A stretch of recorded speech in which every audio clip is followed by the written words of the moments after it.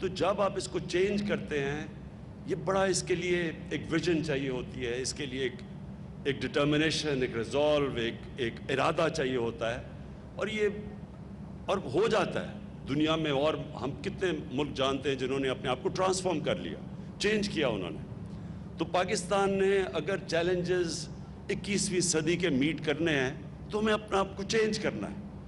تو مجھے اس لیے خوشی ہے کہ عمران منیر نے بڑی، ان کے ہوتے ہوئے ایل ڈی اے نے اور پھر پوری پنجاب گورنمنٹ کی بیکنگ تھی، انہوں نے بڑے چینجز لے کے آئے ہیں، آٹومیشن لے کے آئے ہیں۔ اگر ہم نے اپنی ایز آف ڈوئنگ بزنس اور کاسٹ آف ڈوئنگ بزنس نیچے لے کے آنی ہے تو آٹومیشن آنی پڑے گی۔ آٹومیشن کی بڑی ریزسٹنس ہے سارے سسٹم میں، ہر ادارے میں یہ رکاوٹ کوشش کی جاتی ہے کہ یہ آٹومیشن نہ آئے، کیونکہ جیسی آٹومیشن آتی ہے رشوت آٹومیٹکلی ختم ہو جاتی ہے، کیونکہ مشین تو رشوت نہیں لیتی۔ تو ایل ڈی اے نے بڑی امپرومنٹس کی اپنے اندر، اور یہ جو نقشے پھنس جاتے تھے، پرمیشنز نہیں ملتی تھیں اور پھر پیسہ، تو انہوں نے، میں خاص طور پہ آج آپ کو خراج تحسین پیش کرتا ہوں ایل ڈی اے کو۔ پھر نیا پاکستان ہاؤسنگ، جنرل حیدر، آپ کو بھی میں آج اور آپ کی ٹیم کو خراج تحسین پیش کرتا ہوں، کیونکہ انہوں نے کنسٹرکشن سیکٹر کے اندر ساری رکاوٹیں، ساری تو نہیں لیکن بہت رکاوٹیں ہٹا دی ہیں، اور اس کے لیے ایف بی آر کے ساتھ بیٹھ کے ان کے ساتھ پوری کہ کیسے انسینٹیوائز لو کاسٹ ہاؤسنگ کر سکتے ہیں، کیسے لو کاسٹ ہاؤسنگ میں ٹیکس بریکس دے سکتے ہیں۔ تو یہ بھی ایک بڑا لمبا پروسیس تھا۔ پھر بینکوں کے ساتھ بیٹھے، اسٹیٹ بینک کے ساتھ بیٹھے کہ اسٹیٹ بینک کے ساتھ انہوں نے، پھر اسٹیٹ بینک نے لیڈرشپ دی بینکس کو، کیونکہ بینکس کو عادی نہیں ہے بینکس کہ چھوٹے لوگوں کو قرضہ دیں ہاؤس فائنینسنگ کے لیے، کیونکہ یہاں تو کانسیپٹ تھا ہی نہیں۔ تو اس کے لیے بھی جنرل حیدر نے اسٹیٹ بینک کے ساتھ بیٹھ کے، ایف بی آر کے ساتھ بیٹھ کے، پھر یہ جو اتھارٹیز کے ساتھ بیٹھ کے ون ونڈو آپریشن کی طرف جانے کے لیے بڑی کوشش کر کے آج تک ہم یہاں پہنچے ہیں۔ اور اس کا سب سے واضح چیز یہ ہے کہ پچھلے اس ایک مہینے کے اندر پاکستان کی تاریخ کی سب سے زیادہ سیمنٹ کی سیلز ہوئی ہیں، سب سے زیادہ سیمنٹ بکا ہے۔ تو اس کا مطلب یہ کہ کنسٹرکشن سیکٹر اب آگے بڑھنا شروع ہو گیا ہے، اور کنسٹرکشن سیکٹر ایسا ہے کہ 30 اور انڈسٹریز کنسٹرکشن کے ساتھ جڑی ہوئی ہیں۔ تو بیسکلی اگر ایک سیکٹر جس سے ساری اکانومی اٹھتی ہے، جس سے روزگار ملتا ہے، اور ہمارے لیے بڑا چیلنج ہے روزگار، ہمارا ینگ پاپولیشن ہے، روزگار ملتا ہے، گروتھ ریٹ بڑھتی ہے، ویلتھ کریشن ہوتی ہے، وہ ہے کنسٹرکشن سیکٹر۔ اور یہ جو کوششیں سب نے کی، اتھارٹیز نے، ایل ڈی اے نے، سی ڈی اے نے، ادھر پشاور ڈیولپنگ اتھارٹی نے، انہوں نے بڑا کام کیا یہ آسانیاں پیدا کرنے کے لیے۔ اور پھر نیا پاکستان ہاؤسنگ نے ان کے ساتھ، سب کے ساتھ مل کے کوآرڈینیٹ کیا، پھر بینکنگ سیکٹر۔ اور آج میں اسپیشل خراج تحسین پیش کرنا چاہتا ہوں پنجاب بینک کے پریزیڈنٹ ظفر صاحب کو، کیونکہ انہوں نے باقی بینکوں سے بڑے آگے بڑھ کے انہوں نے کام کیا اور بڑا فیسیلیٹیٹ کیا۔ بینکنگ کے اندر بھی لیڈرشپ چاہیے۔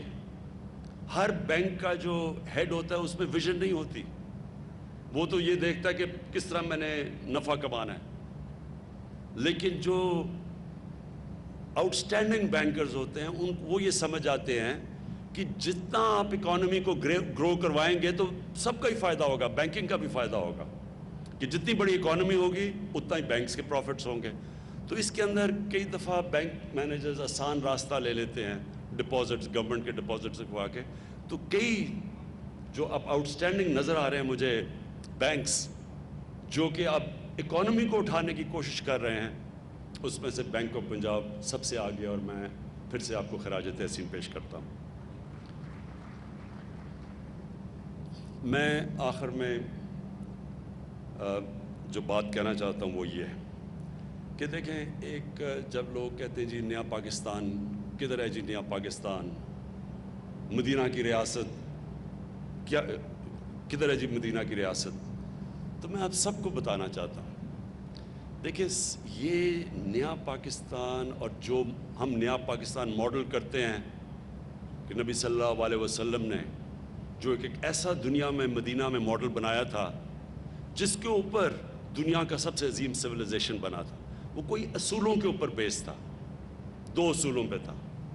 ایک رول آف لا، یہ یاد رکھیں قانون کی بالادستی۔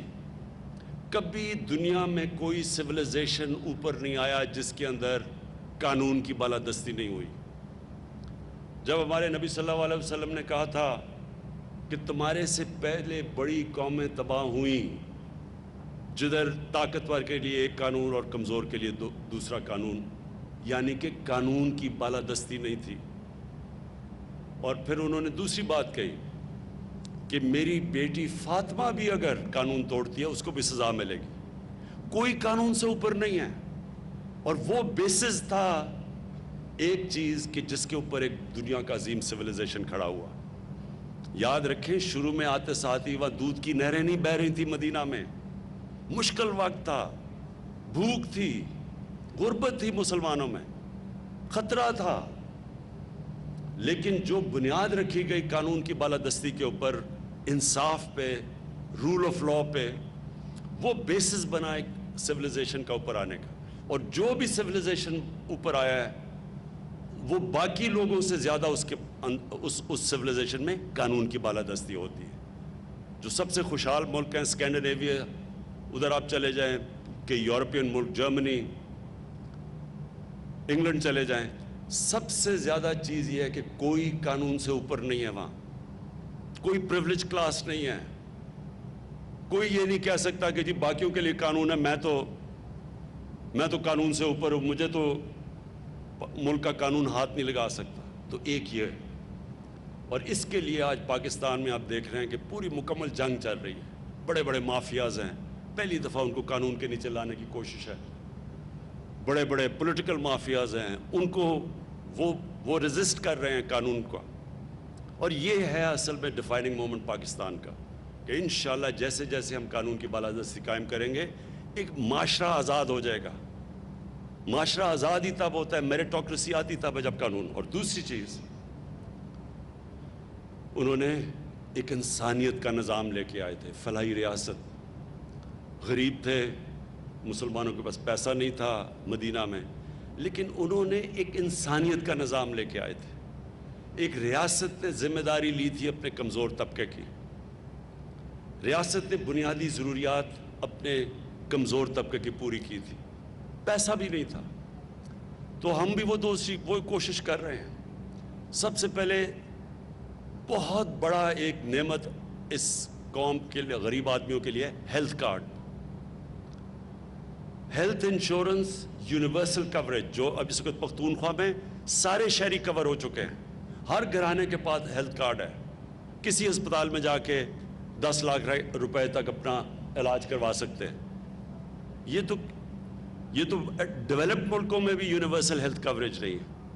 دوسرا، پنجاب نے جو چیلنج لیا ہے، پنجاب سب سے بڑا 60% پاکستان ہے، سال کے اینڈ تک پنجاب نے چیلنج لیا ہے کہ سارے پنجاب کے شہریوں کو ہیلتھ کارڈ ملے گا، ہیلتھ کوریج ملے گی۔ یہ میں پھر سے ریپیٹ کرتا ہوں، یہ ڈیولپڈ ملکوں کے اندر بھی اس طرح کی یونیورسل ہیلتھ کوریج نہیں ہے۔ پھر ہم نے پناہ گاہ، یہ انشاءاللہ اس کا نیٹ ورک پھیلے گا سارے پاکستان میں کہ ایک مزدور جو سارا دن محنت کرتا ہے اپنے گھر والوں کے لیے پیسہ بھیجنے کے لیے، اس کے لیے نعمت بن گئی ہے کہ اس کو کھانا بھی مل جاتا ہے، اس کو کرایہ بھی نہیں دینا پڑتا، اور جو پیسہ بچتا ہے وہ گھر بھیج دیتا ہے۔ میں ادھر یہاں آپ کو کہوں کہ پختونخوا کی اب یہ UNDP کی رپورٹ آئی ہے، یہ میں سب کو کہوں گا کہ پڑھیں کیونکہ انہوں نے بڑی ریسرچ کر کے پاکستان میں ابھی رپورٹ پبلش کی ہے۔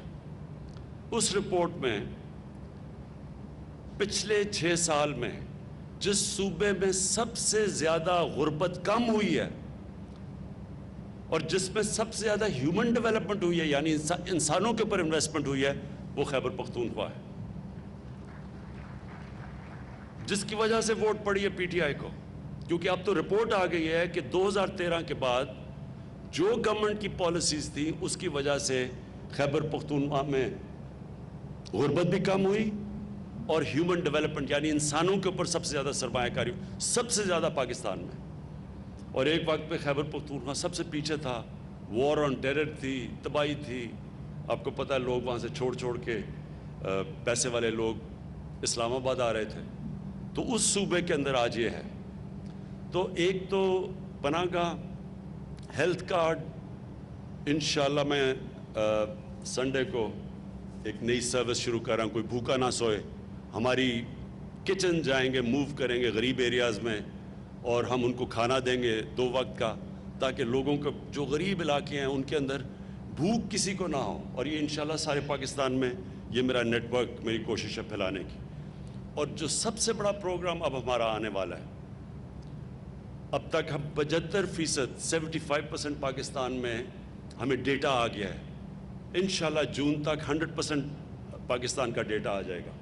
اس ڈیٹا کے مطابق ہمارے لیے آسان ہوگا کہ ہم غریب گھرانوں کو ڈائریکٹ سبسڈی دیں, یعنی ان کے پاس ڈائریکٹ پیسے جائیں. یعنی اگر, اور ہمارے پاس کیونکہ ڈیٹا ہوگا, ان کو ہم باقاعدہ جس طرح بھی ہم نے احساس پروگرام کے اندر تقریباً 1.5 کروڑ لوگوں کو, خاندانوں کو ہم نے پیسے دیے, اسی طرح اسی شفافیت سے اب ہم پورا کور کریں گے. جدھر جدھر ہم لوگوں کو ڈائریکٹلی, جو بھی غریب گھرانے ہوں گے, کسانوں کو مثلا کھاد کے لیے ہم نے پیسے دینے ہیں, سبسڈائز کرنا ہے, تو ڈائریکٹلی ان کو سبسڈی جائے گی. یہ ڈیٹا جب ہمارے پاس پورا ہو جائے گا تو ڈائریکٹلی لوگوں کو سبسڈائز کریں گے. اور انشاءاللہ وہ جو میری کوشش ہے کہ پاکستان ایک فلاحی ریاست بننے جا رہا ہے. میں آخر میں پھر سے آپ سب کو مبارک دیتا ہوں. چیف منسٹر صاحب آپ کو, ایل ڈی اے میں عمران منیر آپ اور آپ کی ٹیم کو, جنرل حیدر نیا پاکستان میں آپ کو, اور last but not the least Punjab bank میں ظفر آپ کو, اب سب کو میں آج خراج تحسین پیش کرتا ہوں. شکریہ.